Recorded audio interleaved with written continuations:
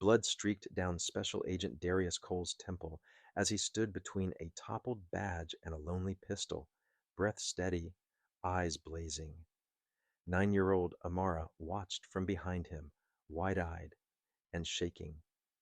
3 officers lay cuffed on the precinct floor. This reckoning was only beginning. Before we dive into this fierce tale of justice and consequence, drop a comment telling me where you're watching from. Smash like, hit subscribe, and join our storytelling crew. How far would you go to protect your child from a system that refuses to protect them? In Mapleton, Georgia, a mid-sized city with polished storefronts and cracked racial fault lines, lived Amara Cole, a bright black girl born deaf whose spirit refused to be quieted. Sunlight pooled across her bedroom walls, illuminating colorful drawings, ASL charts, and photographs of Amara with her parents. Cross-legged on her bed, Amara practiced signs she'd learned yesterday, fingers slicing the air with patient grace. Across town at the regional FBI field office, 43-year-old Special Agent Darius Cole sifted civil rights case files. 15 years on the job hadn't dulled his belief in accountability. Darius carried himself with the calm poise of a man who had witnessed humanity's darkest corners yet still believed in light. Commendations lined his wall alongside pictures of Amara through the years, her smile a compass. The desk phone rang. He answered to his wife, Nia, voice tight with concern. "Still good with Amara attending the festival solo today?" Nia asked, maternal worry threading her words. "She's rehearsed the plan all week." Darius tapped a pen against reports detailing excessive force against black residents. "She needs independence," he said, hiding the ache. "We've prepared her for moments like this." That afternoon, Nia packed Amara's small backpack. ASL communication cards, ID, emergency contacts. At 40, Nia had become a respected advocate for racial justice and disability rights, steeled by her daughter's daily barriers. She signed gently, reminding Amara of their safety steps and the power of her own voice. "Remember what Dad taught you," Nia signed. Amara responded fast, confident. "Walk away if uncomfortable. Find a safe adult. Use my cards." Her eyes gleamed at the idea of her first solo outing. The week prior at Roosevelt Elementary, the dual edges of prejudice had cut Amara painfully. Again. Miss Whitaker, her third-grade teacher, impatient with accommodation, stuck Amara's desk in the back corner, away from visuals she relied on. When Nia confronted her, Whitaker suggested a special school, implying Amara's needs, compounded by race, belonged somewhere else. The air soured with what went unsaid but unmistakably felt. Darius had taught Amara early what it means to be black in America, shaping hard truths into age-appropriate lessons. He balanced them with constant affirmations of her brilliance. In their backyard beneath an old oak, they role-played difficult encounters, rehearsing how to communicate clearly, persistently, and without apology. "The world won't always understand you," he signed, steady and kind, "but never let anyone make you small." Amara nodded, absorbing her father's promise like sunlight. She knew more about injustice than most would ever admit, but she also knew who she was. Self-worth was their family shield. As festival time neared, Amara faced the mirror and adjusted her favorite yellow headband against her dark curls. Independence glimmered in her reflection. Darius knelt at the door, checking her backpack one more time. "Our sign?" he asked, forming their private gesture, love braided with strength. Amara signed it back. She set off down the driveway toward the bustling community center 8 blocks away. Darius watched, pride and worry braided tight. He couldn't protect her from everything, but he could arm her with strategies and love. Mapleton's spring celebration beckoned with ribbons and music. The world beyond waited, complicated. The Mapleton Spring Festival thrummed with movement. Amara navigated vendor-lined streets, holding her cards, sizzling food, spilled laughter, bright banners. She couldn't hear the soundtrack, but she felt it in bodies and light. Moving carefully, she tried everything they'd practiced: eye contact, gestures, boundaries, and a steady personal pace. Near the pavilion, a pack of teenagers clustered. Amara brushed a tall boy in a scarlet cap. She lifted a card to apologize. Faces shifted from surprise to cruelty. The tallest snatched her card, holding it high, while friends mocked exaggerated gestures, pantomiming deafness with smirks sharper than knives. Tears pricked her eyes as she jumped for the card, signing, "Please, give it back," hands pleading air that didn't answer. Officers Carter Hale and Ryan McKee noticed the commotion. Hale, 36, 14 years on the force, 7 excessive force complaints, nudged his eager junior partner. 2 o'clock, he murmured, advancing. The teens scattered. Amara remained, reaching for her fallen card. Officer Hale's heavy boot landed inches away. "What's going on?" he demanded. Amara couldn't hear the rough bark, only the posture. She reached again, fingers trembling. Silence was mistaken for defiance. Hale's jaw tightened, misreading everything he saw. "I asked a question," Hale snapped, interpreting her quiet as challenge. Amara signed frantically. "I'm deaf. I need my card."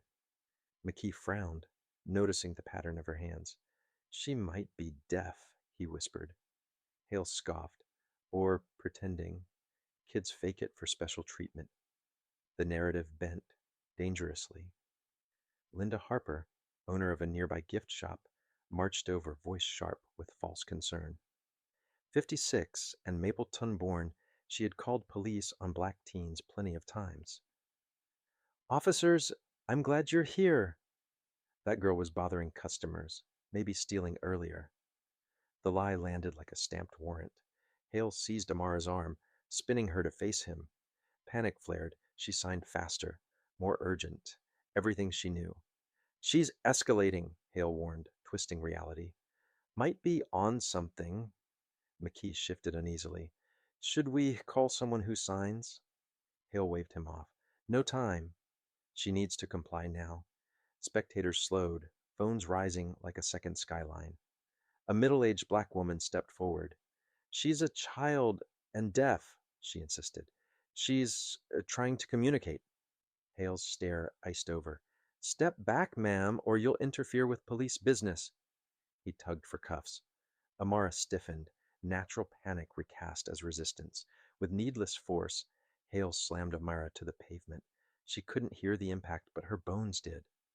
The crowd gasped. She reached toward her pocket for her ID, proof of her disability. "Gun!" McKee blurted, reflex overriding thought. Hale drew and fired. The blast fractured Mapleton's afternoon.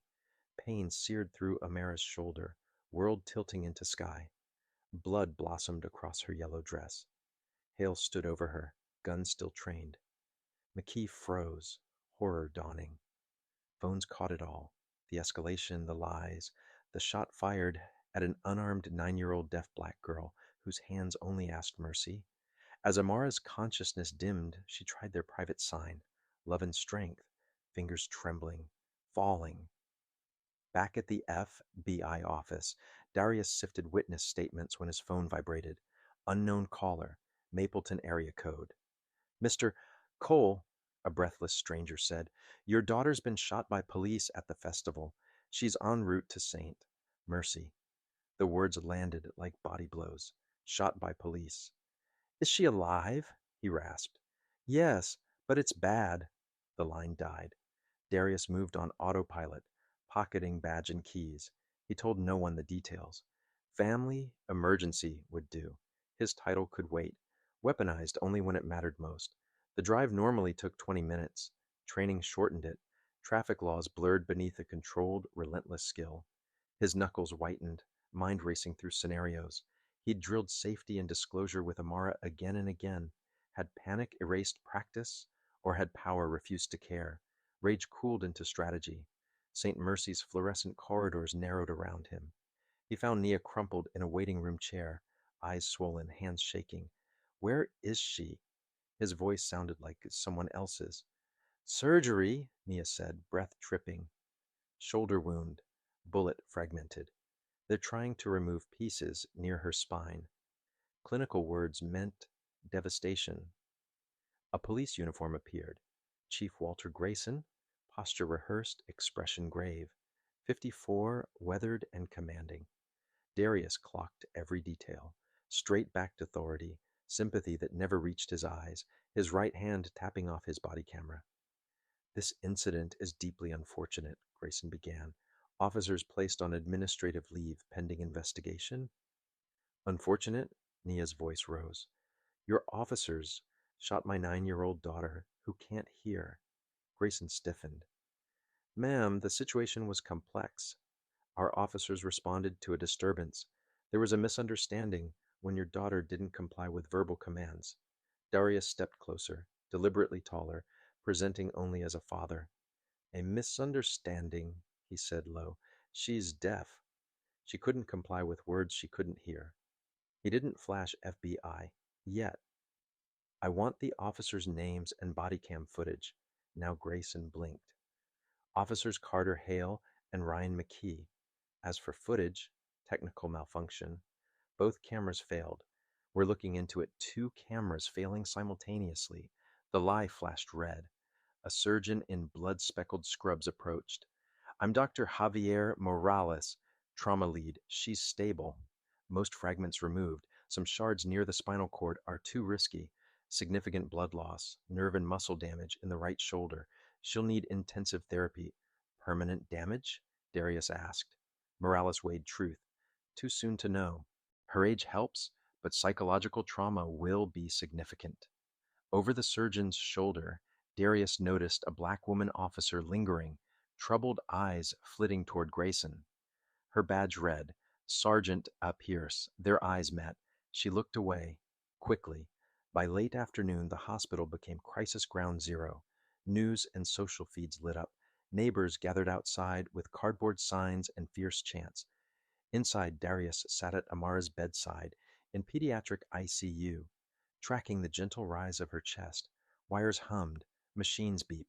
The world pretended familiarity. Nia stepped out to brief family. Darius's phone chimed, a clip already trending. He watched Hale confront Amara, watched the shove to pavement, watched the shot. The phone trembled in his grip. How do you respond when you watch your child brutalized by those sworn to protect? The clip asked. If officers should be arrested immediately, comment 1. If Darius should use his FBI role right now, comment 2. Like and subscribe to follow this father's fight. The hospital TV showed a press conference. Grayson polished the phrase, officer-involved shooting. Reality laundered through passive language and endless euphemism. Outside, protesters swelled. Justice for Amara. Deaf lives matter. The hospital added security, citing safety, forming another barrier. In a stairwell, Darius called Director Samuel Vance, his FBI supervisor. We need to move, Darius said, voice taut. I can't wait on justice approval while evidence evaporates and narratives calcify. Vance exhaled. Clear civil rights violation, but official authorization takes time. Darius didn't flinch. I don't have time. Silence stretched, then. Off the books, Vance said. No bureau resources, no official capacity. You're on family leave. Bring me something solid enough to move upstairs. Darius already had a plan. Back in Amara's room, a nurse checked vitals. A reporter's here to speak with you, she said. Security sent her away, but she left a card. Investigative reporter Tasha Monroe, Mapleton Chronicle. On the back a note, I don't buy their story. Call me. Darius slid it into his pocket. Officers paraded through, feigning concern, sniffing for intel. Most retreated after meeting Darius's stare. Sergeant Alana Pierce lingered. Mr. Cole, she said quietly, not everyone supports what happened. She scanned the hall. I'm troubled by inconsistencies in the official report. Darius lifted a brow. Like synchronized body cam malfunctions? Pierce's eyes widened. Among other things, Hale escalates, especially with black residents. Complaints vanish. Internal affairs buries them. She glanced at Amara, compassion warring with caution. This shouldn't happen to any child. She left, but the fracture line glowed. Corruption wasn't airtight. Pressure might widen the crack to daylight. Storm clouds gathered over Mapleton and on cable crawls. The police union declared Hale and McKee heroes who made split-second decisions. Linda Harper appeared on screen, rehearsed certainty oozing. She was acting erratic, wouldn't stop when told. Nia's coffee cup shattered against the wall, dark stains spidering like fury. They're painting our baby as the criminal, Nia cried, grief and rage tangled. Darius held her, already mapping strategy while offering comfort. They don't know who we are, he said quietly. This isn't over. Pastor Leonard Price, 64 and battle-tested from decades of civil rights trenches, arrived with steady presence. The first 48 hours are critical, Pastor Price warned in hushed hallway tones. They expect outrage to fade. They flood the field with their version and wait. Don't let them run the clock. Darius nodded. I know the playbook. I've investigated enough of these. They don't expect me. Whatever the community can do, say the word, Price said. Prayer vigil tonight. We're ready for nonviolent pressure, too. Back in the room, Amara woke, eyes shiny with confusion. Darius signed, Dad here, and safe now. But her gaze drifted away. Her hands stayed still. Fear shut down the bridge. The trauma team had warned them selective mutism could follow severe trauma, even in signed communication. Watching Amara's silence swallow the language that had always freed her gutted Darius in ways training never prepared him for. As sedation tugged her back under, Nia wiped tears and straightened with new resolve. I'm joining the protest tomorrow, Nia said, steadier now. Our people need to see us fighting, not only grieving. Amara needs to see it too. Darius didn't argue. They'd opened two fronts, Nia building public pressure, Darius working in the shadows, assembling evidence brick by undeniable brick. Lightning flashed. Outside the hospital, umbrellas bobbed over persistent protesters refusing to go home. Darius made a vow, quiet, lethal. The officers who harmed Amara and the systems sheltering them would face the kind of scrutiny they could neither predict nor withstand. A father's love had become a scalpel.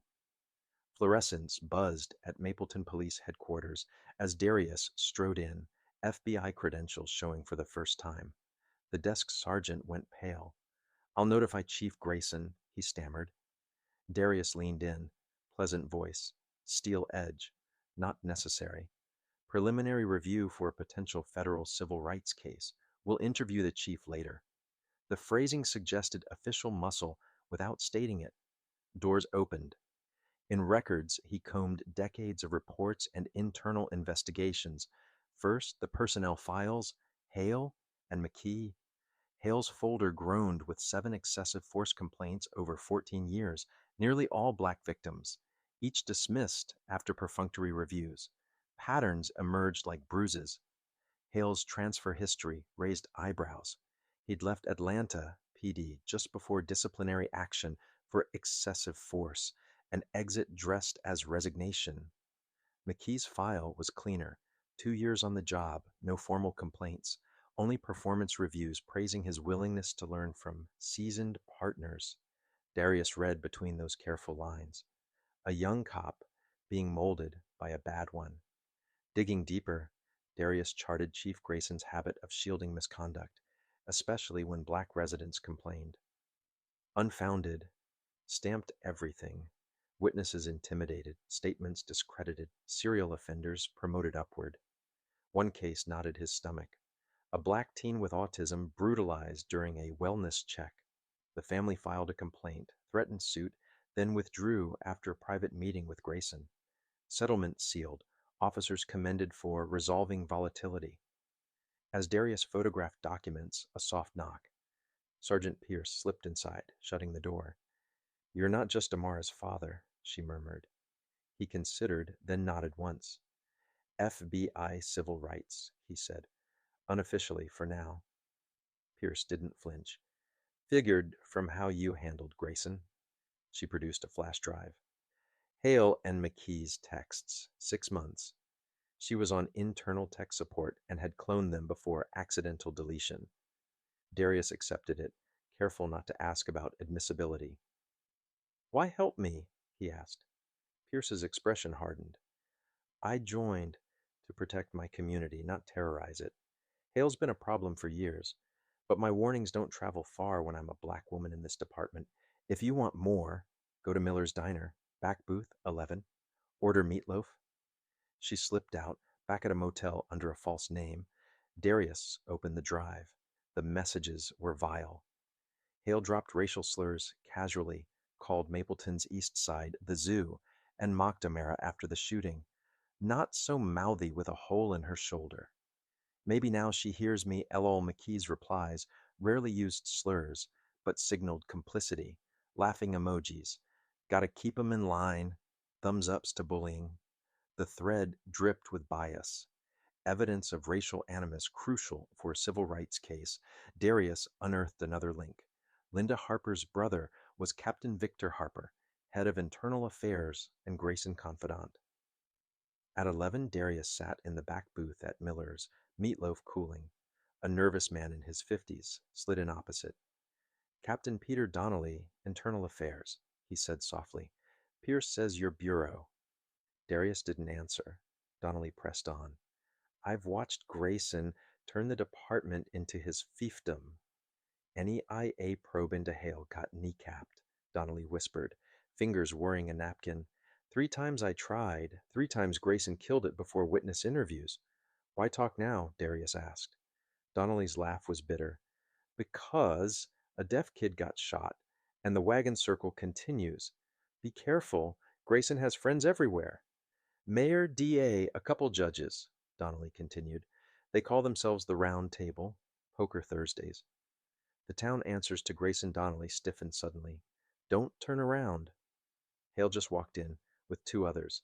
I've got to go before they spot us. He left money for coffee he never drank and vanished. Darius finished slowly, back to the wall. Feeling Hale's presence like static, he paid and left. A patrol car shadowed him through a tangle of turns. Tail confirmed. His phone buzzed. Sergeant Pierce. Don't react. The body cam footage isn't corrupted. It exists. Grayson ordered tech to mark it unrecoverable. Where is it? Darius asked. Secure server. Alpha level accounts only. Grayson. Captain Harper. IT head, Pierce said. Military grade encryption, but there's an automatic cloud backup every 72 hours. Next one is tomorrow at 3 a.m. During transfer, security loosens briefly. That window is your best shot. Darius filed every detail. He thanked her and made a mental note. Pierce deserved recruitment to any department that actually served and protected. Back at a motel under a false name, Darius organized evidence tiles across a corkboard. A block number rang. A voice run through a modulator slithered out. Agent Cole, this is your only warning. Stop digging, or your daughter's hospital room will look like a playground accident, the voice hissed. We know where your wife sleeps. We know which room your kid is in. The line severed. Darius sat a beat, ice replacing blood. Progress had a scent, and predators had caught it. He called Nia, instructing her to bring Amara's parents to the hospital to stay put with their undercover security consultants. Then he called Vance. I need protection on my family quietly. 2 agents in an hour. Hospital security cover, Vance said. You keep building. But be careful. Cornered animals bite midnight ticked closer. Darius cleaned his service weapon piece by piece, ritual steadying the storm inside. The threat had sharpened his focus. Mapleton PD had shot a federal agent's child and then threatened his home. They had awakened the most dangerous commitment on earth, a father's unbreakable promise.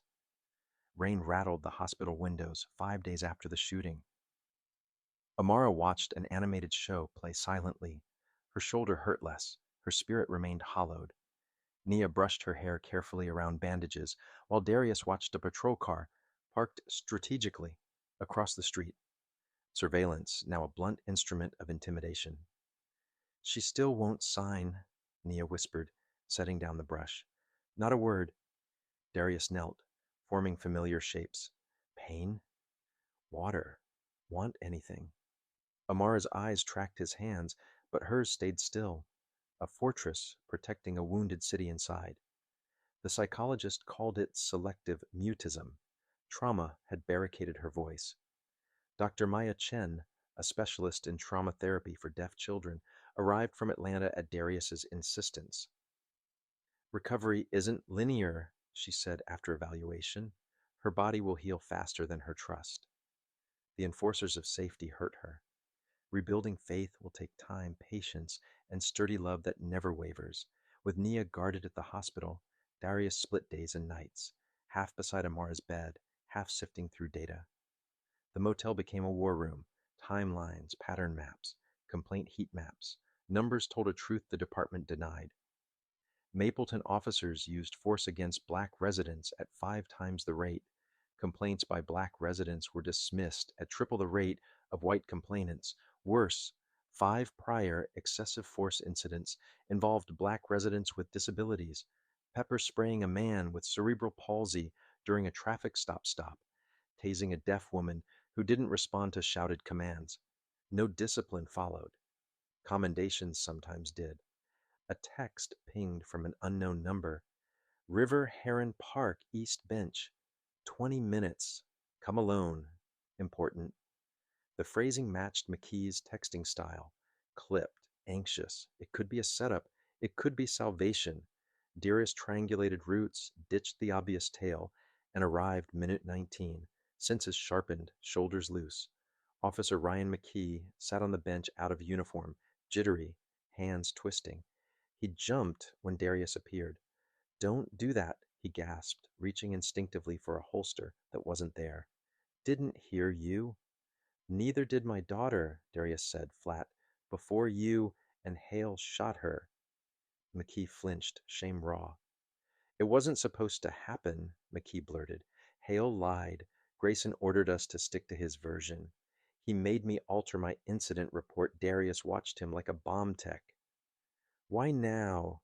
McKee stared at his hands. "I can't sleep. I see her face when the bullet hits." "I joined to help people," McKee said, voice small. "Not shoot kids and cover it up. Hale's gotten away with things for years. Grayson always protects him. I should have stopped him when he threw her down." "I was afraid." "The body cam?" Darius asked. The air held its breath. "It exists," McKee said. "Grayson had tech corrupt the files in the official system, but he keeps clean copies. Insurance. The footage shows Hale escalating and firing without justification. He uses racial slurs before and after. Grayson knows exactly what's in there." Darius felt anger harden into something surgical. "Who else knows?" Darius asked. "Grayson, Captain Harper, maybe the IT head. They use the files to keep everyone loyal," McKee said. "Step out of line, and suddenly your worst moments leak." The implications fanned out. Blackmail leverage, masquerading as internal security. Systemic rot, documented and hoarded like currency. "I need that footage," Darius said. McKee swallowed. "I don't have access." He hesitated. "Judge Everett Turner signed a warrant to search your daughter's belongings after the shooting. Zero probable cause. He and Grayson play poker Thursdays with the mayor and DA. They call themselves the Round Table." The news dovetailed with whispers. The district attorney's office already signaling no charges for Hale or McKee. Actions justified under policy. The rot spread past precinct walls, threading courthouse and city hall. Before they parted, McKee fidgeted like he had one more confession balanced dangerously on his tongue. Back at the motel, Darius updated the board, connecting names and nights. Round Table Radius, Mayor Danson, DA Mallory, Judge Turner, Chief Grayson, Captain Harper. Each thread ran through Hale's incident and outward to older wounds the city had learned to ignore. Darius circled 3 a.m. backup window. He mapped network architecture from stolen diagrams, guessed the posture of the secure server, and drafted contingencies. Meanwhile, Vance's undercover agents reported no anomalies at the hospital, just the patrol car watching like a billboard promising reprisal. Darius texted Pierce. "Window confirmed?" Her reply arrived quick. "Yes." "I'll distract IT."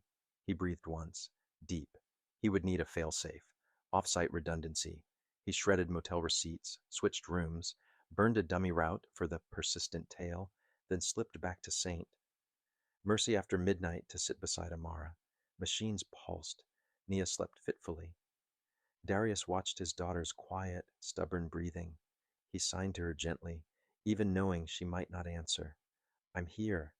I'm not leaving. We'll rebuild, brick by brick.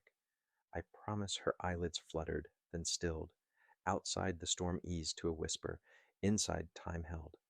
At 2:23 a.m., Darius left, shadows fitting him perfectly. Mapleton PD headquarters dozed, but never slept. He parked 2 blocks away, blended with the rain-washed dark, and entered through a side door Pierce had flagged as temperamental.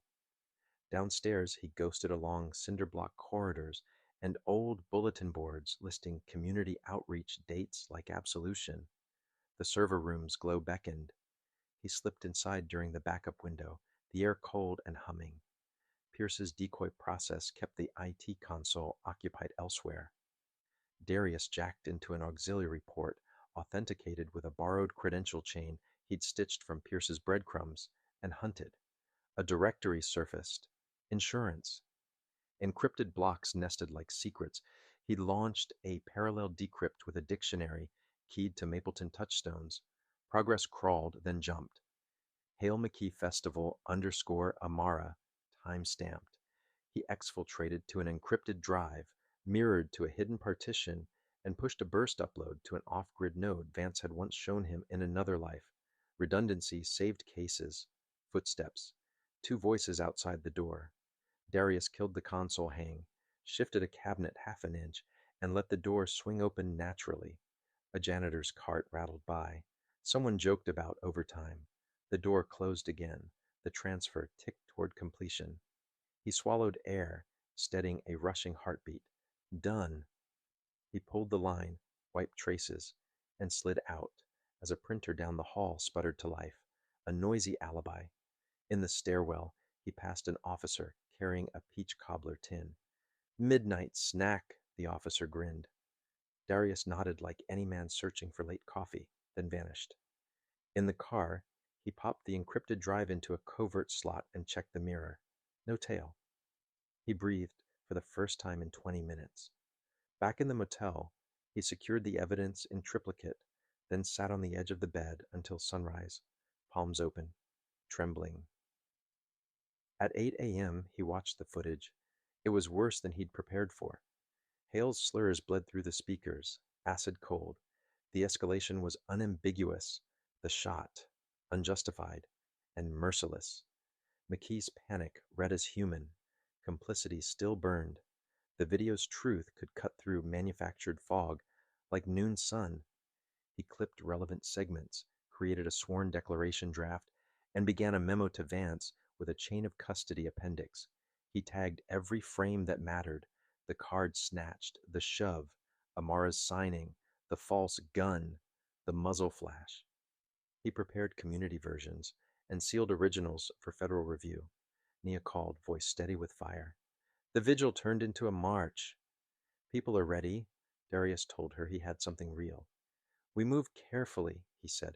Our aim is justice, not spectacle.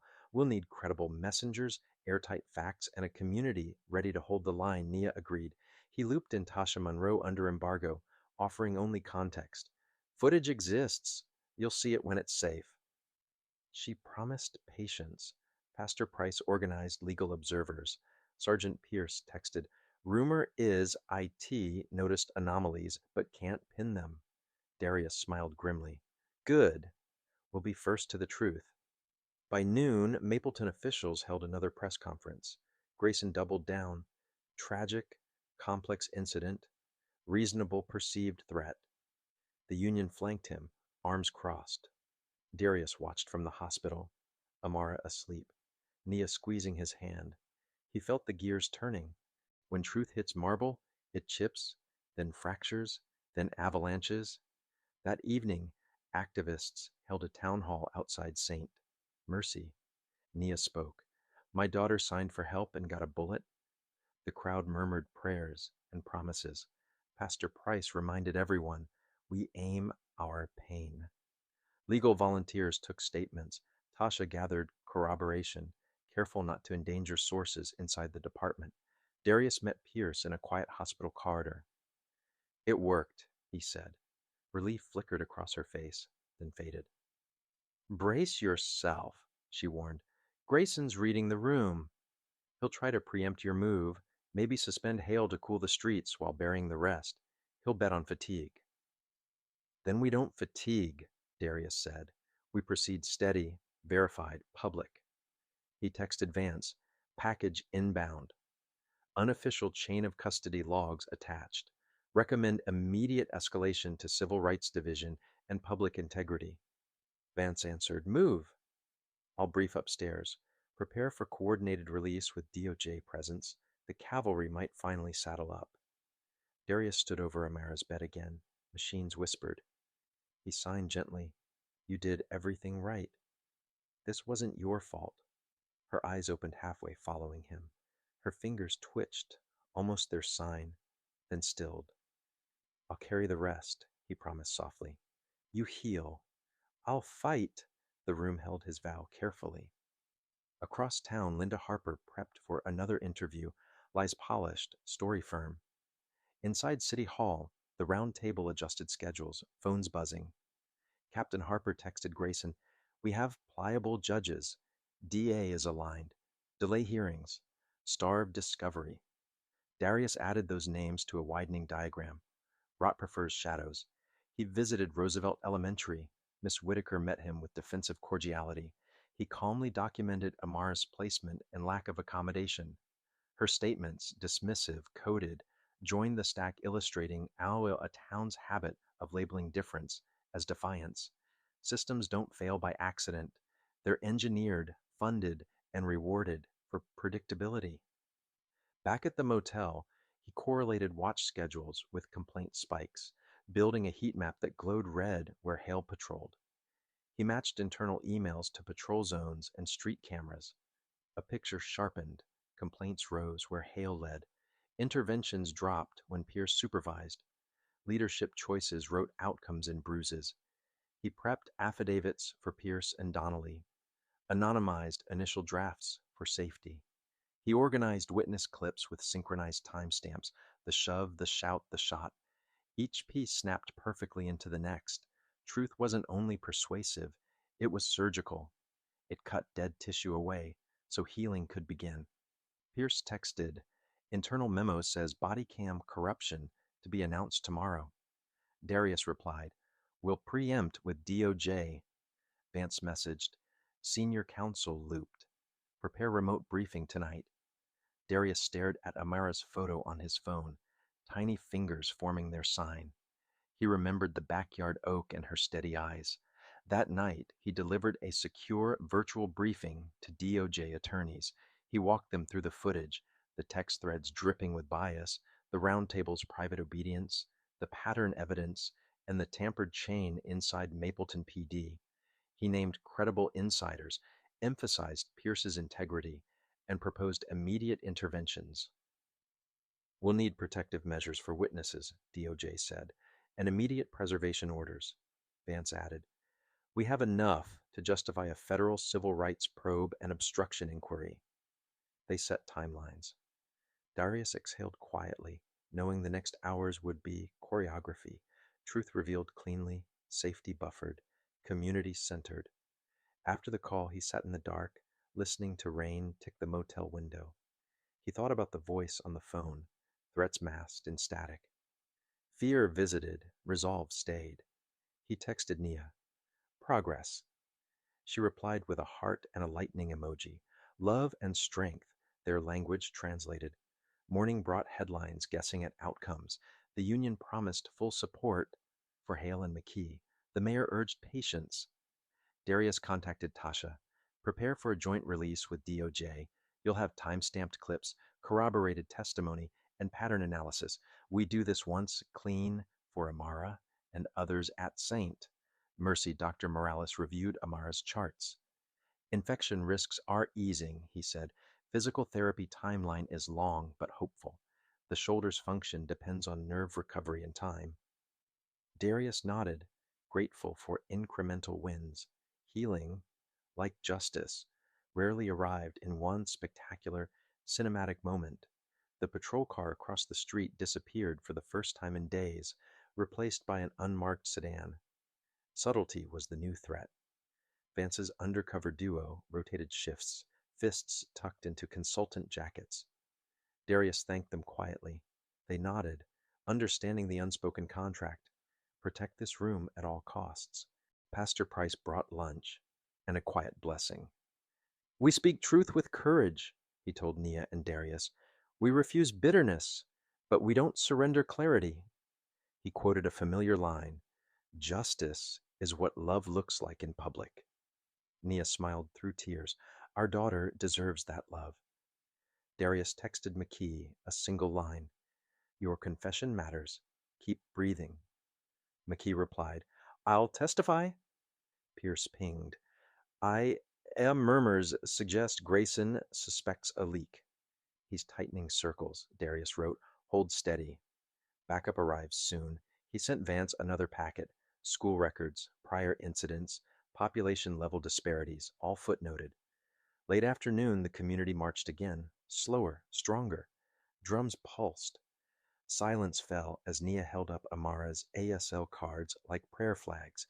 Teens signed a chant they'd learned overnight. We see you. Darius walked the perimeter, blending into shadows, counting choke points, timing response.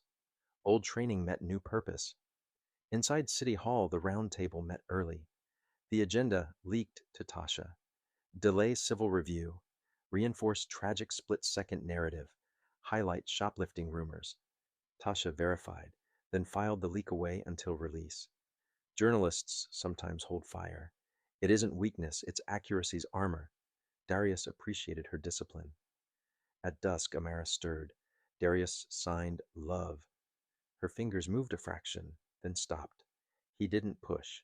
Healing had its own calendar. He sat and told her stories of brave trees, surviving storms, and quiet rivers carving stone. She watched him, safe in the soundless harbor they'd built. DOJ scheduled a morning announcement, a federal civil rights investigation into Mapleton Police Department and related officials, including potential obstruction and conspiracy charges. Vance texted, Our presence will be public. Get your materials to the field office tonight. Darius copied the last set of mirrors and sealed the drive. He met Vance's courier at a safe drop and returned to the hospital, pausing outside to watch candles flicker. People hummed songs Amara couldn't hear but might someday feel differently. The vigil's warmth climbed his ribs like courage. Grief gathered and transformed itself into a shared, stubborn promise. Back upstairs, a new nurse, alert, kind, adjusted Amara's IV. Darius thanked her. He washed his hands, sat and let silence settle. Pain and purpose can coexist without canceling each other. He rested his palm against Amara's uninjured arm and felt her pulse, steady as a drumline in rain. His phone buzzed. Tasha, ready when you are. Donnelly, IA will not protect Grayson. Pierce, I can place a preservation hold at 7:59 a.m. If they balk, you'll see why. Darius responded with precise instructions. Coordination hummed across phones and hearts. Justice and logistics marched in single file, inevitable as sunrise. Another text. McKee, Hale suspects me. He's angry, Darius replied. Don't meet him alone. Document everything. We'll handle contact, he flagged McKee for protection. Vance agreed, dispatching quiet watchers. Darius looked at Nia, who sat tracing circles on a paper cup. Tomorrow, she whispered. He nodded. Tomorrow. Morning's first light edged hospital blinds. Darius stood stretched. He signed to Amara. We move today. She blinked twice, as if hearing the world in the way she always had, through the soft fidelity of presence. He smiled. Outside, a siren wailed far away, not as threat as warning. At 7:59 a.m., Pierce initiated the preservation hold. IT balked. She escalated to policy, then to law. Interference with a federal investigation, she said evenly. Logs sealed. At 8:30, DOJ announced the probe. Microphones clipped, cameras rolled. Vance stood beside senior counsel, words spare and disciplined, stakes unmistakable. Darius watched the press conference by Amara's bed. He didn't exhale. He'd seen systems absorb scandal and keep moving. Don't look for applause, he told himself. Look for leverage. He texted Tasha, release package in 15. He texted Pastor Price, gather community at noon. He texted Nia, ready? Tasha published, threading video and affidavits, timelines, and analysis, each piece linked, sourced, unmistakable. The footage spilled into feeds, unvarnished. Hale's slur curdled on speakers, the shove, the flinch, the unjustified shot. Silence landed like thunder. Mapleton's story changed shape in real time. Truth bent the arc harder. Grayson tried to preempt paid leave for Hale, administrative reassignment for McKee. The mayor echoed. The DA hedged. But the video didn't care. It required no translation. In the hospital, Amara dozed. Nia squeezed Darius's hand. You did it, she whispered. He shook his head. We started it. Phones exploded. Donnelly texted, officers requesting interviews. Pierce. Line outside. IA office. Vance. Grand jury prep begins. Pastor Price. The square is full. Darius exhaled once, then twice. The next steps would be messy. Indictments, depositions, a courtroom lit bright enough to chase shadows back under the stones. He leaned close to Amara and signed slowly, love and strength. Her eyes fluttered open. Her fingers rose, trembling, determined, and met his sign halfway. She didn't hold it long. She didn't need to. The bridge was still there. Nia covered their hands, 3 pulses, 1 promise, steadying everything. Across town, the round table met in panicked whispers, poker chips quiet. Evidence did not bluff. Grayson stared at a future with fewer exits. In the hospital, Darius rested his forehead against the glass, rain returning in soft applause.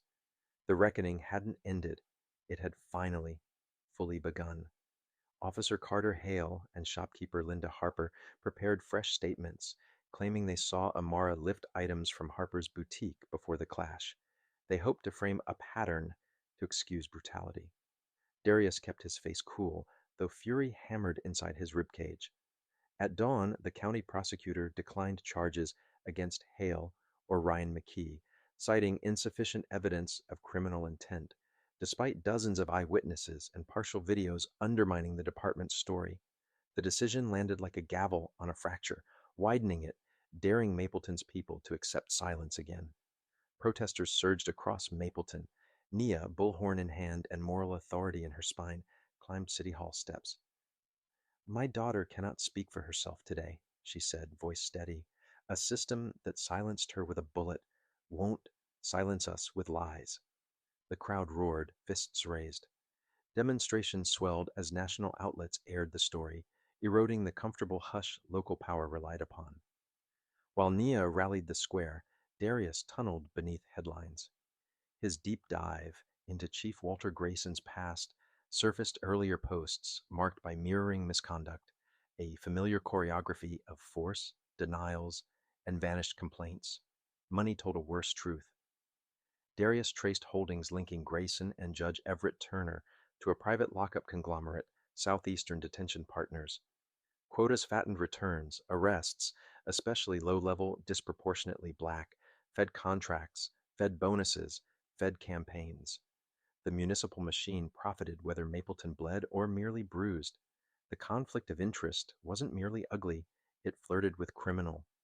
As Darius aligned names, dates, and payouts, the story's spine stiffened.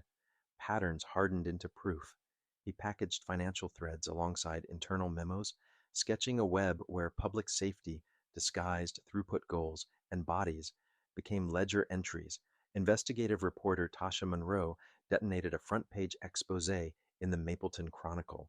Experts condemned the shooting as unjustified. Witnesses contradicted official summaries. Both body cams, simultaneous malfunction, drew skeptical analysis. Names and patterns appeared in black and white. Within hours, State legislators demanded an independent review beyond Mapleton's reach.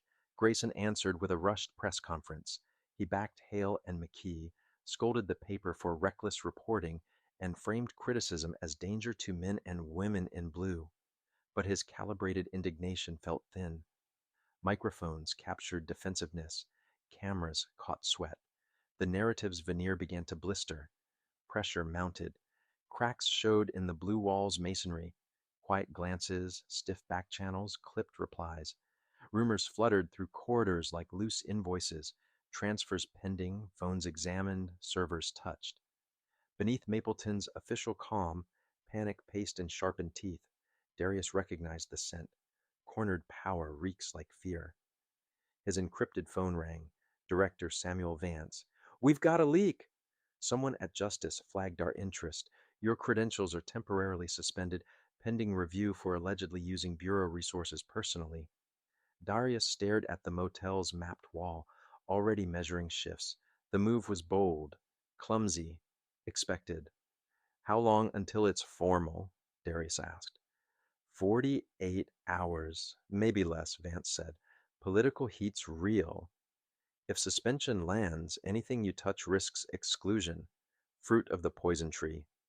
Darius swallowed the warning like steel. He'd seen trees bear stranger fruit. This time, truth would be harvested anyway. He hung up and studied the evidence mosaic. The system was defending itself by maiming his standing. It was a clever pivot. Limit the messenger, muzzle the message. He felt rage sharpen into method. Power prefers rules when it writes them. He would rewrite the choreography. On-screen narration asked viewers, what would you do when the shelter becomes the storm? Would you obey rules while kings cheat? Comment 1 if Darius should go fully off books. Comment 2 if he should wait for institutions, like subscribe, stay close. The clock wasn't ticking, it pounded. The suspension hit like a baton to the ribs and clarified everything. Stripped of protocols, Darius stepped into a different lane. Justice no longer wore his badge, it wore his promise. If the process closed doors, a father's oath would pick locks the process ignored.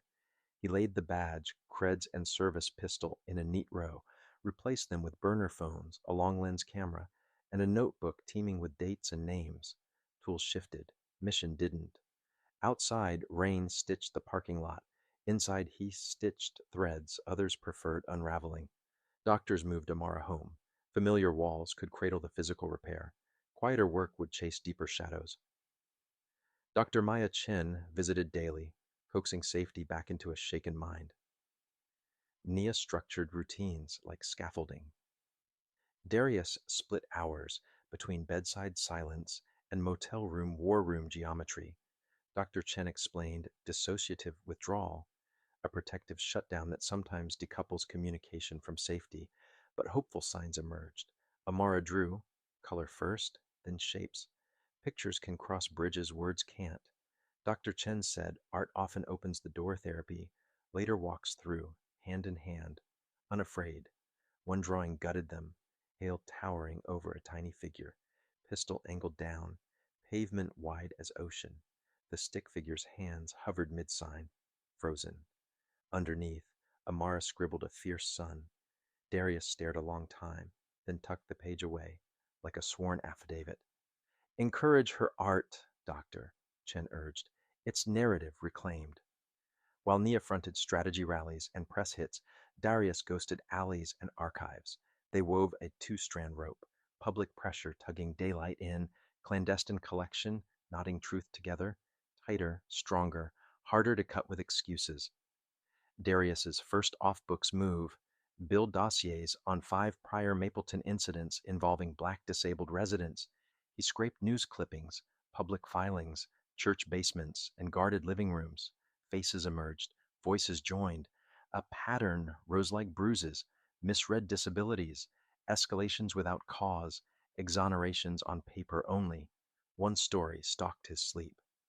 Jamar Winters, 24, cerebral palsy, pepper sprayed and beaten during a stop. Involuntary movements called resistance. Internal affairs, captained by Victor Harper, Linda's brother, closed the file approvingly. Mapleton congratulated itself. Jamar learned to reroute drives, plan groceries around patrol rotations. Darius found Jamar at a youth center, coaching kids toward dignity. Jamar described post complaint harassment, phantom stops, slow patrols idling outside his building, small threats disguised as boredom. They wanted me quiet, he said, voice strained but exact. I stayed loud anyway, just different, safer loud. Other survivors told parallel tales. Doors rattled, tickets multiplied, employers received courtesy calls. The message was consistent: withdraw, or we will make you smaller. Darius transcribed carefully, sealing recordings like keepsakes. Patterns weren't accidents, they were policies, unprinted but practiced, repeated until communities learned compliance. An unknown number blinked McKee. Need to meet, urgent. Same bench, midnight. Darius tagged the possibility of a trap, then weighed the tremor under McKee's text. Fear Ben's punctuation. He rerouted again, and arrived 1 minute early, rain slicking the park's lamplight into trembling halos. McKee paced, hands cold without a duty belt. They're leaning on me to change my statement, say I saw her reaching for a weapon, he said, guilt like gravel. That's not what happened. She reached for her ID. Hale lied. Grayson wants that lie tattooed official. Why help now? Darius asked. Survival? Conscience? Something else? McKee swallowed. He glanced at the empty swings, the dark water. The silence between sirens can be loud. He dug his nails into his palms and nodded at something only he could see, then finally answered. My sister's kid has Down syndrome, he said. When Hale slammed your daughter down, I saw my niece. Badges don't excuse blindness. I thought I could be a good cop. The system doesn't want good. It wants obedient. The confession rang painfully human and true. I need the original body cam, Darius said. McKee shook his head. I can't access it, but I overheard Grayson tell Captain Harper that Judge Turner issued a preservation order. Everything related must be maintained. If they destroy it now, they're not just corrupt, they're federal criminals. The phrase landed like a key in a lock.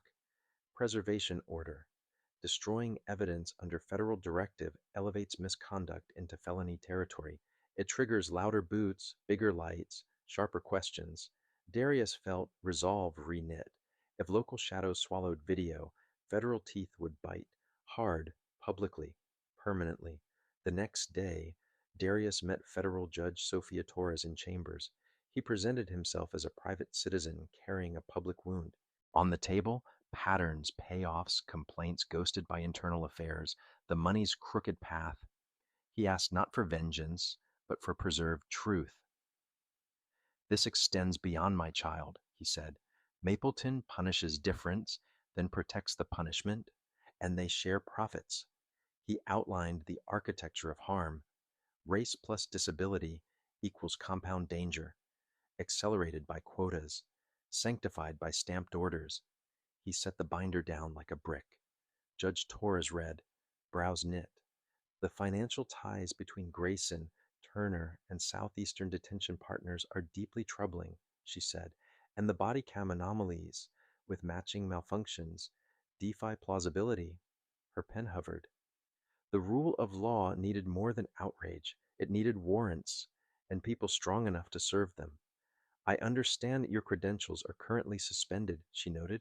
Darius nodded. Politics, not proof. He didn't flinch. The documents were heavier than his badge anyway. The judge studied him, then returned to the facts. The law would move, methodical, visible, defensible, from this room outward. I'll issue warrants for original footage and department records, Torres said. Federal marshals will execute, no local involvement. Her eyes held his. This must be immaculate, Mr. Cole. Your stake is clear. Our evidence must be clearer. Darius agreed. Personal fire couldn't scorch the legal paperwork. Outside, sirens stitched through late sun. Inside the motel, Darius refined timelines and cross-referenced names. He texted Nia and Doctor, Chen updates in careful drips. He slept in armor made of lists. He woke to the same armor, only tighter. The work was heavy, exacting, right. Pressure increased from multiple fronts. Nia's organizing drew national civil rights groups to Mapleton's steps. Old veterans of battles past stood beside young marchers, finding their early voices. Microphones multiplied. Statements stopped sounding safe. The chorus refused another elegy. It wanted indictments, and after those, infrastructure. Tasha's reporting widened to capture money's echoes. The state's ethics board announced preliminary inquiries. Senators issued letters. Attorneys general requested documents. Suddenly, Mapleton's secrets had more readers than authors. Power grew shy. The blue wall didn't crumble. It sweated, then leaned, then whispered for cover. Sergeant Alana Pierce filed a whistleblower complaint with the state AG, cataloging years of discriminatory practice, doctored investigations, and retaliation. She'd kept meticulous records, anticipating the day someone outside the department might finally listen. Courage isn't loud. Sometimes it's a hard drive tucked in a flat shoe. Cornered animals get mean. Mapleton's machine still had teeth. False narratives multiplied. Friends of the department pushed Chirons about restoring order. Anonymous accounts smeared victims. Boards churned to create plausible fog. Darius recognized each tactic. He'd seen it professionally. He wouldn't let it work personally. Hale and Harper filed their defamatory addendum, alleging they'd spotted Amara attempting theft. Predictable outlets amplified it, asking if the child was no angel, a sentence structure designed to launder blame while avoiding slander law's teeth. It was despicable, and as it turned out, sloppy. A neighboring shop owner produced footage time-stamped minutes before the incident. Harper entering alone, Amara nowhere near. The lie collapsed on contact. Public trust in Mapleton's narrative fell another 10 stories. Support for the Coles rose like scaffolding. The community didn't just believe them, it was them. Grayson's movements turned furtive. Darius tagged late-night drives to a hunting cabin outside town. One car became three. Grayson, Judge Turner, Mayor Danson, their shadows conferred under taxidermy and bourbon. Darius documented arrivals, exits, calls afterward. Secrecy leaves footprints if you know where to look. Vance called. Justice's Civil Rights Division is circling, energized by Judge Torres's warrants. Official investigation likely, he paused. But Grayson's connections tangle upward. We need that original footage preserved beyond any argument. Secure it, and we anchor the story in something everyone must face. Resistance persisted. Friendly phone calls, padded with concerns, tried to slow the inevitable. But evidence has its own momentum once freed. Darius waited for the moment fear outran caution. It arrived sooner than expected, triggered by the quietest ally inside Mapleton's most guarded rooms. Text from Pierce. It's happening. Grayson and Captain Harper are in the evidence room with IT. Wiping servers before warrants land. Darius didn't hesitate. He called Judge Torres directly. Emergency order. Immediate execution. The judge's signature moved faster than the delete key. The race was on. Within 45 minutes, federal marshals flooded Mapleton Police Headquarters, securing the evidence room and IT racks before deletion completed. Grayson and Harper were literally red-handed, metadata in motion, commands queued. The preserve order hung like a thunderhead. The blue wall's bricks were suddenly tagged, numbered, dislodging. They seized servers, pulled backups, mirrored drives, and locked chain of custody like vault doors. Grayson sputtered about jurisdiction. Nobody listened. The warrant listened louder. Darius watched the room's temperature drop. Fear has a smell. So does defeat. Both were present, distinct, unforgettable, permanent. Alongside the body cams, marshals boxed years of internal reports, complaint files, text archives, and training materials. Hidden policy surfaced, so did the appetite behind it. Everyone who'd ever written Unfounded felt those letters in their chest. Paper keeps secrets until the right hands open it. The footage wrecked the department's official narrative in less than a minute. Amara signed for help. Hale escalated. McKee panicked. Gun! Proceeded nothing. The shot punched the afternoon. Racial epithets scorched audio before and after the muzzle flash. There was no fog left to hide in. Prosecutors labeled the evidence as evidence of hate. Civil rights attorneys read bias like a watermark. What Mapleton called split-second decision looked like a long rehearsal, prejudice meeting power, costume changed as protocol. The video didn't just show brutality, it showed belief, the real engine behind the trigger. Home that night, Amara slept without wincing. On her nightstand, a new drawing. Darius, standing tall, one arm stretched back, shielding a smaller figure. Overhead, their private sign was drawn like a constellation. Darius touched the page lightly, a vow renewing itself, steady, unbroken. He promised their fight would stretch beyond indictments, toward policy, training, culture, oversight, and consequence. He'd witnessed systems manufacture harm. He would help manufacture guardrails. His daughter's healing and this city's transformation weren't separate tasks. They were one work, different skins, same heartbeat, sustained, relentless. Dawn delivered unmarked federal SUVs to Mapleton's doorstep. Special Agent Vanessa Rodriguez, 40, veteran of the Civil Rights Division, led 12 agents. Vance had provisionally restored Darius's credentials after uncovering political interference in the suspension. Rodriguez nodded once. By the book, she murmured. Make it bulletproof. Darius understood the balance, father and agent, personal wound and public consequence. Today the case would be built in a way no appellate court could unmake. Where he had been nimble, the machine would be meticulous. Where he had been invisible, the machine would be undeniable. The raids moved like choreography. Teams hit headquarters, Hale's apartment, Grayson's home office, Judge Turner's chambers, and Mayor Danson's suite. Surprise held. Doors opened to warrants and witnesses. Hard drives blinked frantic and surrendered. The city that had survived on whispers learned what volume justice prefers. At HQ, Grayson hammered keys when agents entered. He saw Darius and paled. Ego calculates probabilities. Fear calculates exits. Both failed him. He muttered something about context. Rodriguez read rights and charges. Another agent secured wrists. The chief's eyes dropped to the carpet, finally honest.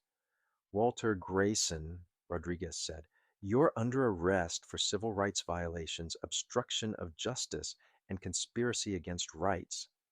The room held stillness like a bell. Paperwork clicked into place. Somewhere, a coffee machine, gurgled indifferently. Darius watched a door close on years of practiced immunity and easy harm. Across town, Hale tried to run. A half-packed suitcase, fresh passport, and a car pointed toward the county line wrote his confession in luggage wheels. Roadblocks waited. When agents cuffed him, his bravado cracked. The chief said we were protected, he stammered. Protection had changed jurisdictions. Under questioning, Linda Harper folded fast. Grayson told me what to write, she said, tears smearing mascara. Victor, my brother, said it would help the department. Her admission matched Darius's mapped patterns, fabricated statements to paste over brutality, loyalty leveraged with family, reputation dressed as virtue. The body cams remained the fulcrum. Hale escalating, Amara signing the violent takedown, the unjustified shot, each moment time-stamped, indisputable. Official reports read like fiction beside it. Mapleton's long habit of internal review had found its limit. Cameras that once failed performed exactly when the truth needed them. Audio captured Hale's contempt after the blast, a sneering sermon about respect and troublemakers that made bias plain. Nobody needed a decoder. The law doesn't require telepathy when bigotry speaks aloud. The clip cut the last thread, holding Mapleton's defense together. Some truths don't need interpreters. In Judge Turner's chambers, agents opened a hidden safe. Inside ledgers, tracing payments from Southeastern detention partners to Turner and Grayson, indexed to arrest and conviction counts. The receipts supplied motive in the language corruption prefers. Decimal points. The system's appetite had been quantified. Its mask slipped. Sergeant Pierce emerged, key as ever. She had stored years of memos, emails, duty roster tweaks, and suppressed complaints. After they buried my first report, she told investigators, I started archiving everything. Her quiet diligence supplied detail raw outrage never could. Who, when, where, how often, why? McKee accepted a plea and agreed to testify. He described Hale's pattern of provocation, the department's tolerance for it, and the culture that equated cruelty with control. Each answer threaded another stitch in the government's case. Sometimes redemption doesn't erase guilt, it illuminates the map for others. Hale escalated for sport, McKee admitted. Grayson protected him, killed complaints, scared witnesses. We understood which neighborhoods were open season. The words felt heavier than their syllables, directional like a compass. He named names, shifts, incidents. The transcript bloomed with specifics, enough to anchor indictments without drift. Internal communications revealed pressure to concentrate enforcement on Mapleton's east side, with numbers tied to performance reviews. Emails lauded productivity, measured in cuffs. Supervisors learned to ask about outputs, not outcomes. The map of black neighborhoods matched the map of bruises. The quota board might as well have been a target. Data showed black complainants dismissed as unfounded at triple the rate of white complainants. White residents saw follow-ups, interviews, sometimes apologies. The disparity wasn't a glitch, it was a guideline. These weren't bad apples. This was a cider press. The department squeezed predictable results, then applauded. The ugliest text chain surfaced between Grayson and Turner, burying the civil suit, snagging a friendly docket, bragging that no jury here or flips against our guys. Their confidence sounded like scripture. It now read like evidence. Conspiracy stripped of euphemism. Idioms melted down to admissions. Darius personally loaded Grayson into a transport. My daughter couldn't hear your officer's commands because she's deaf, he said quietly. What's your excuse for never hearing our petitions? Grayson stared at the floor. Power often finds humility only when bracelets click. Outside, cameras nodded. Witnesses none could intimidate. That night, national broadcasts led with Mapleton. Raids, arrests, evidence, faces. Darius returned home to a miracle. In the living room, Amara sat with Doctor. Chen, hands hesitating, then forming basic signs. Dr. Chen smiled. She saw you hold them accountable. Safety invites language back. Amara looked up. Their private sign, love braided with strength, bloomed in her small hands. Darius knelt, mirrored it, tears unapologetic. Healing arrived, like a cautious bird, attesting the sill. He didn't move, didn't rush. Sometimes victory is quiet. Sometimes it's a single gesture returned perfectly. Days later, DOJ announced a consent decree for Mapleton PD, mandatory reforms to training, force policies, data transparency, early warning systems, and discipline. Independent monitors would report publicly. The city that silenced outcries would now publish them. Reform wouldn't be a press release. It would be a calendar. Sergeant Pierce, calm, exact, courageous, was appointed interim chief. Her mandate, rebuild trust while completing the overhaul. The badge finally returned to someone who had honored it even when it didn't honor her. The department's new future began in the hands that preserved its past's truth. The case became national shorthand for intersectional harm, race and disability, bias and bureaucracy, violence and denial. Darius, still a father first, found himself asked to speak. He accepted reluctantly, then resolutely. If his pain could prevent another family's, he'd translate it, footnote it, build something useful with it. 2 weeks later, Amara agreed to testify before a federal grand jury. In a quiet room, with an interpreter beside her, she signed her fear, confusion, the slam of pavement, the burn through her shoulder, and the long silence after. 12 strangers watched, honored, and believed. The grand jury returned indictments on all counts: civil rights violations, obstruction, conspiracy. The documents didn't heal a child, but they built a road for accountability to travel. The community exhaled, briefly, and then inhaled to continue the work. Indictments are doors, trials, reforms, and culture must walk through. Outside, Darius guided Amara past cameras, pride and anger braided tight, grief and relief wrestling calmly. He squeezed her hand. She squeezed back. The courthouse steps felt less like stone, more like a rung on a ladder. They'd keep climbing, steady, cautious, upward together. "The reckoning has begun," commentators said. But Darius understood this wasn't an ending or even the middle. Accountability is a start. Change is a marathon. He tucked an arm around Amara. Nia flanked the other side. There are formations that even storms respect. In the car, Amara signed justice, then their private gesture. Darius laughed through tears. The symbol that had traveled from backyard to ICU to courthouse now returned stronger. He whispered thanks for the people who stood with them, for the strangers who refused to look away. Chapter title cards floated across the channel. Part 10, Silent No More. Subscribers chimed in. Comments stacked, prayers, plans, policies. The story had a pulse beyond Mapleton now. It beat in living rooms, union halls, classrooms. Darius felt the rhythm and matched it, steady. 6 months after the raids, Darius watched Grayson empty his office under federal watch. The once untouchable posture sagged. Grayson glanced up. "Here to gloat?" Darius set his badge and sidearm on the desk, man to man, not agent to defendant. "I'm here to translate the bill." He slid a photo across. Amara in the hospital. Small body strung with tubing, eyes hollowed by fear.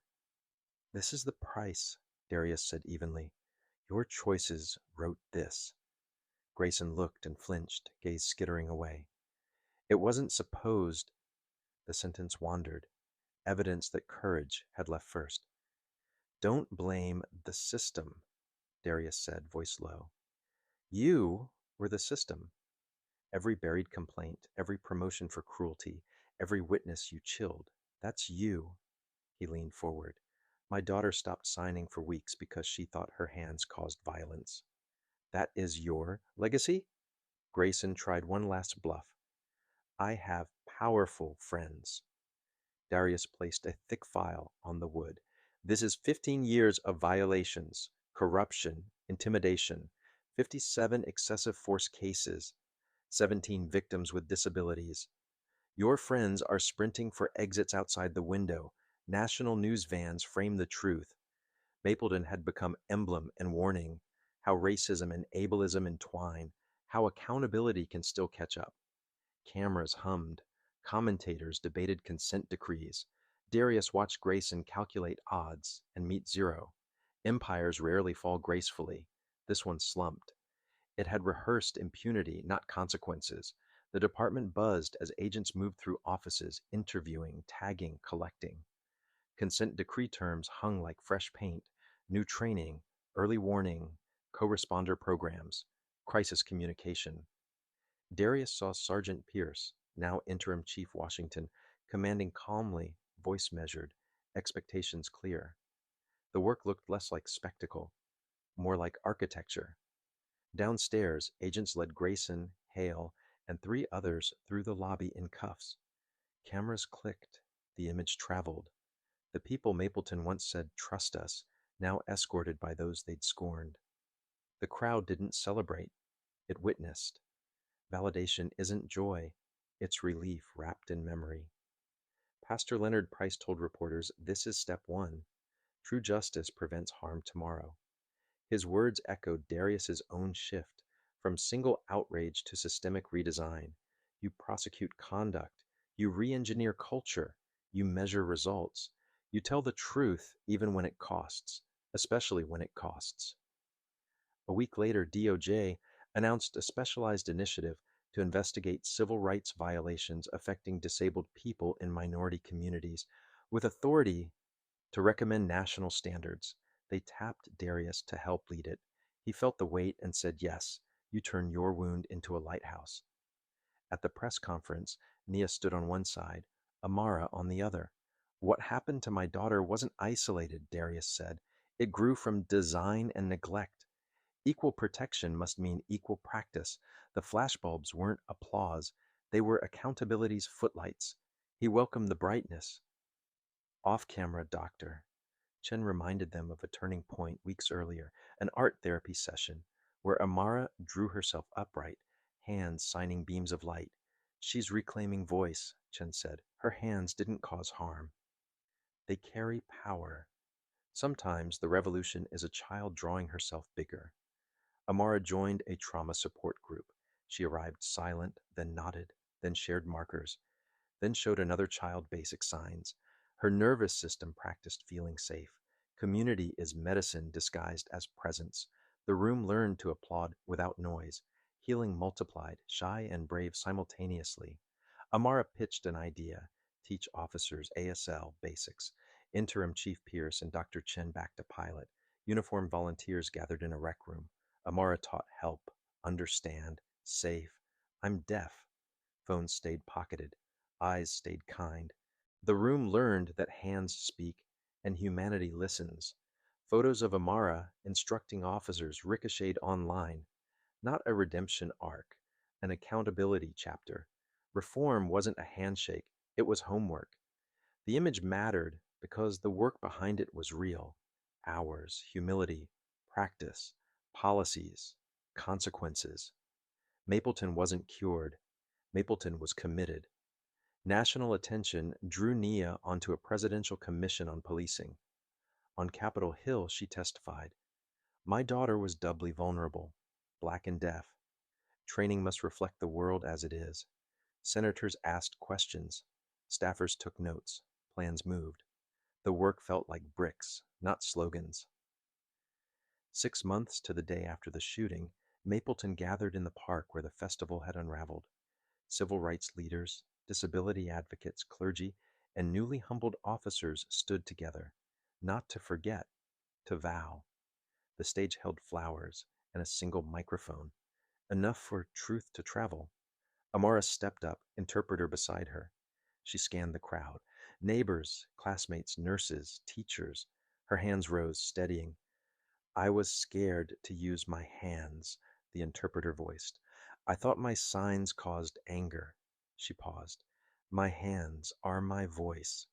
No one takes my voice." She kept going.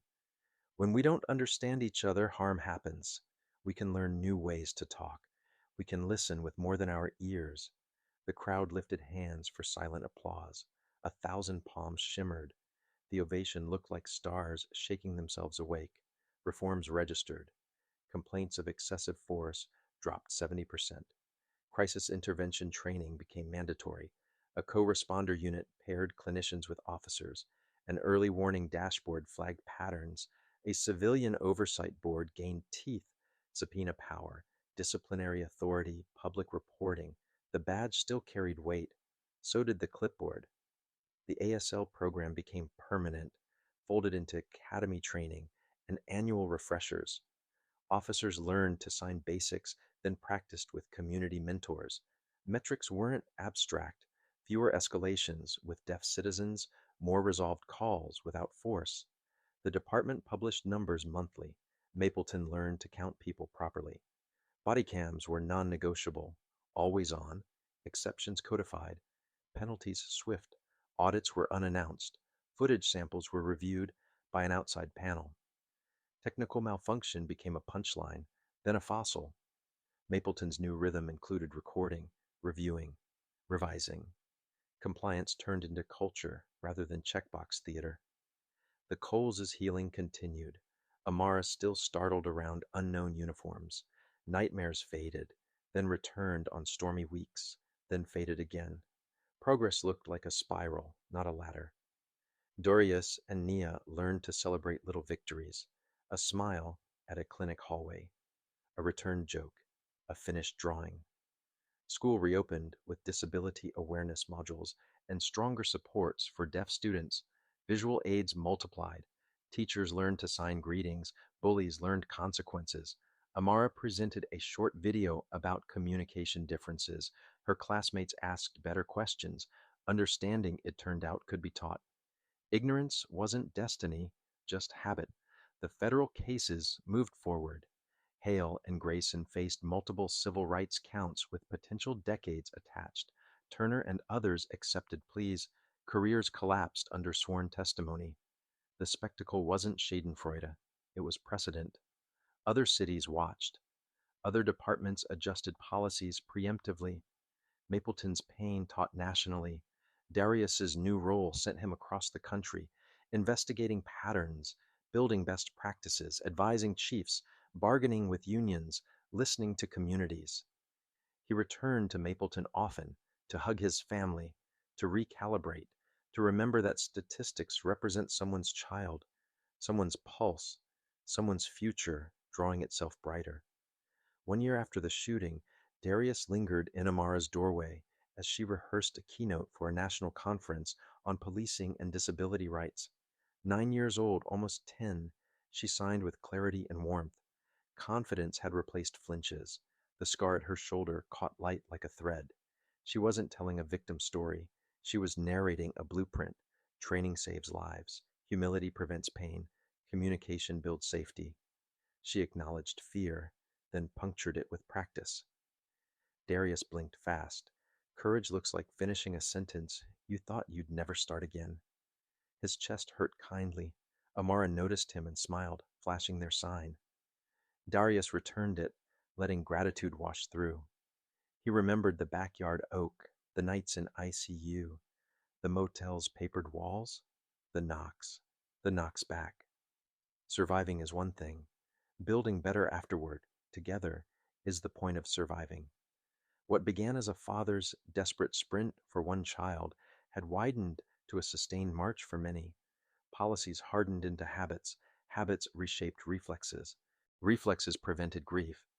Darius didn't romanticize the work. He respected it even more because it was unglamorous and daily. Amara had been silenced by terror. She found language again, first in pictures, then in signs, then in rooms where power finally decided to listen.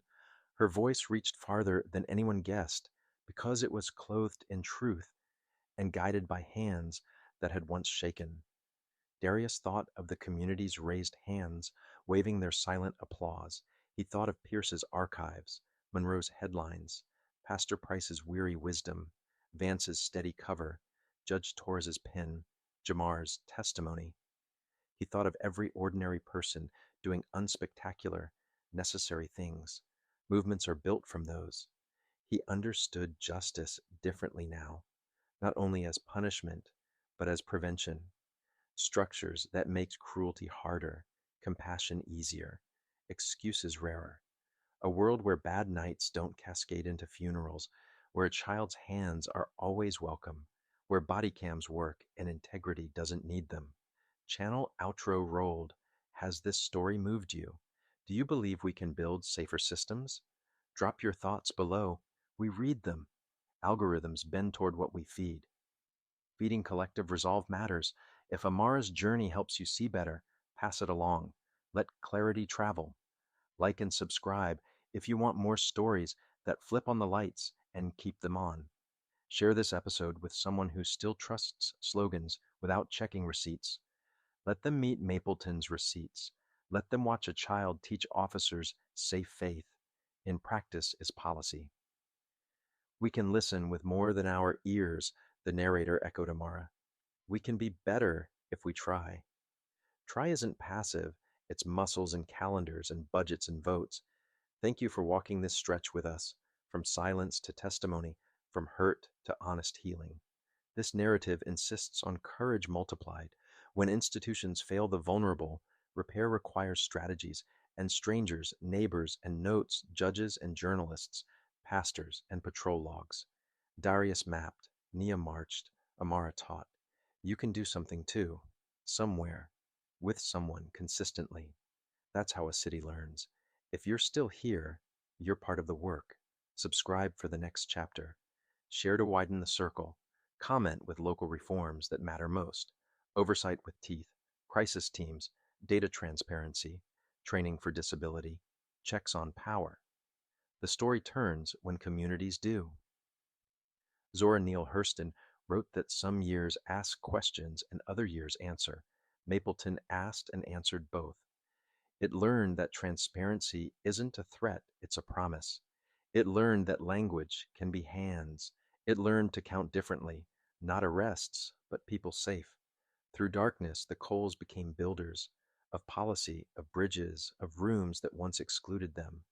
Trauma didn't define them, it refocused them. Darius kissed Amara's forehead. Nia wrapped them both. The camera pulled back, catching ordinary light on extraordinary faces, a family mid-repair. Justice, Darius realized, is not only courtrooms and cuffs, it's playgrounds without sirens. It's teachers with patience. It's officers whose first reflex is to understand. It's budgets that measure safety and flourishing, not throughput. It's leadership that calls harm by name and fixes it. Amara practiced her closing again. We can learn to listen with more than our ears. Her hands curved at language into air, and it stayed. She smiled at her father. He smiled back. The scar glowed faintly. The room felt large enough for all of them now. Have you witnessed similar harm? How did your community respond? What would have made a difference sooner? Tell us below. Real stories refine real solutions. If this episode clarified anything, send it to someone who needs the light. Reform doesn't need permission, it needs participants. Together, we can amplify voices long ignored and invest in practices that make dignity ordinary. We can teach, measure, and insist. We can meet fear with skill and bias with design. If Amara's resilience sparked something in you, carry it forward. Be better on purpose. Listen with more than our ears. If you've lived long enough to remember black and white newsreels and church basement meetings, you know safety isn't only sirens and badges, it's understanding. In Mapleton, a 9-year-old black girl, Amara, was shot because silence was treated as defiance. She is deaf. Her hands were her voice. Darius, her father and a federal agent, learned the oldest truth many of us were taught in sanctuaries and VFW halls. When power stops listening, community must speak in chorus and with receipts. The receipts came: body cam footage, text messages, and honest officers like Sergeant Pierce. But the deeper lesson is practical, not poetic. Real safety starts before the next call. Teaching first responders basic ASL, enforcing body cams that actually stay on, tracking use of force like we track blood pressure, and asking city councils for independent oversight with teeth. We've walked 8 blocks to a festival and 8 miles for justice. Both distances count. For those of us with grandchildren and long memories, this story invites a steady kind of courage, showing up at town hall, volunteering to help train, and reminding our neighbors that quiet people still speak. We just have to learn the language. If you were in Darius's shoes today, what is the very first step you would take in your town this week? Call the police chief. Bring ASL teachers to a roll call. Ask your council for an independent review board, or gather neighbors at church to map out concrete reforms. So a child like Amara is safe walking those 8 blocks home. And will you share that one step in the comments? Then like this video, subscribe, and hit the bell so more folks, especially seniors and caregivers, get practical tools, real stories, and regular updates to turn concern into action.